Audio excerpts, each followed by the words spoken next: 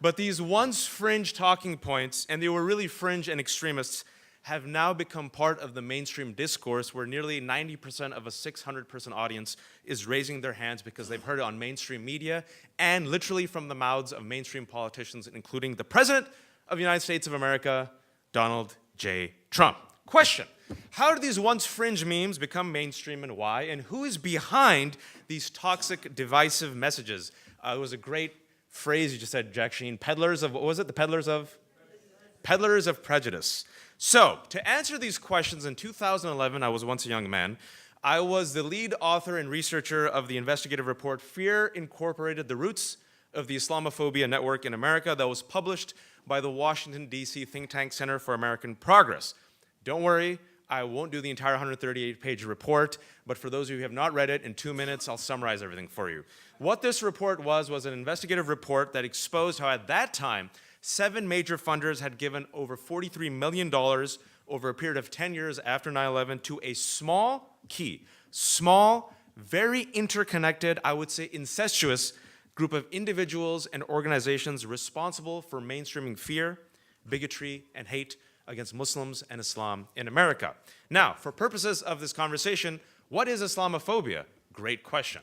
We defined it as it manifested itself in America as the following: an exaggerated fear, hatred, and hostility towards Islam and Muslims that is perpetuated by negative stereotypes, resulting in bias, discrimination. This is the key: the marginalization and exclusion of Muslims from America's social, political, and civic life. You guys still with me?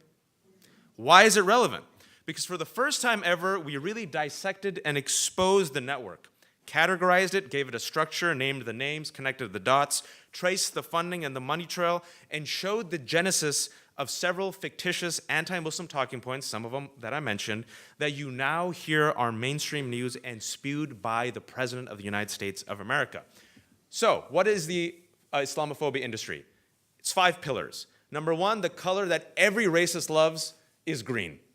It starts with the money trail. We see several funders, and we gave 7 funders, I'll name a few: Fair Brooks Foundation, Rosenwald Family Foundation, Russell Berry Foundation, Becker Foundation.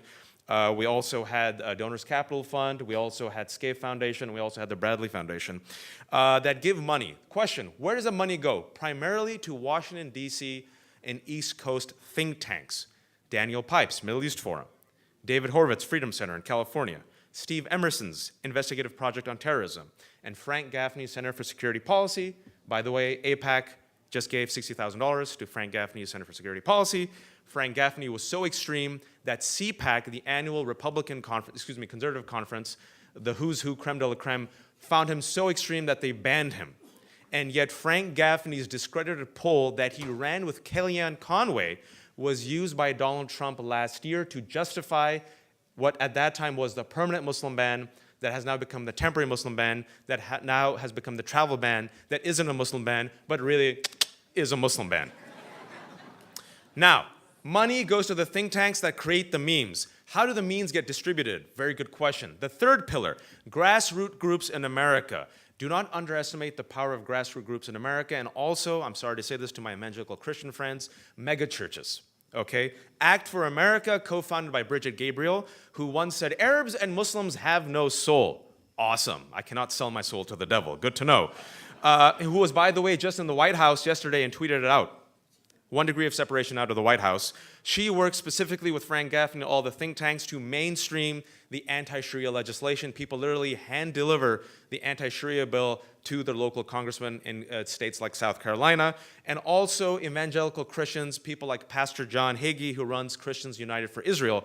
In fact, that quote I just gave where she said Arabs and Muslims have no soul, she said that in front of a Kufi conference, Christians United for Israel. So much so that a New York Times reporter emailed me 2 weeks ago and said, man, I was in Tennessee, and I was just hanging around, doing research, talking to people in the South, in the Rust Belt, and these average Christians, like just average Joes and Jose's, came up to me and said, Islam is not a religion, it's a totalitarian ideology.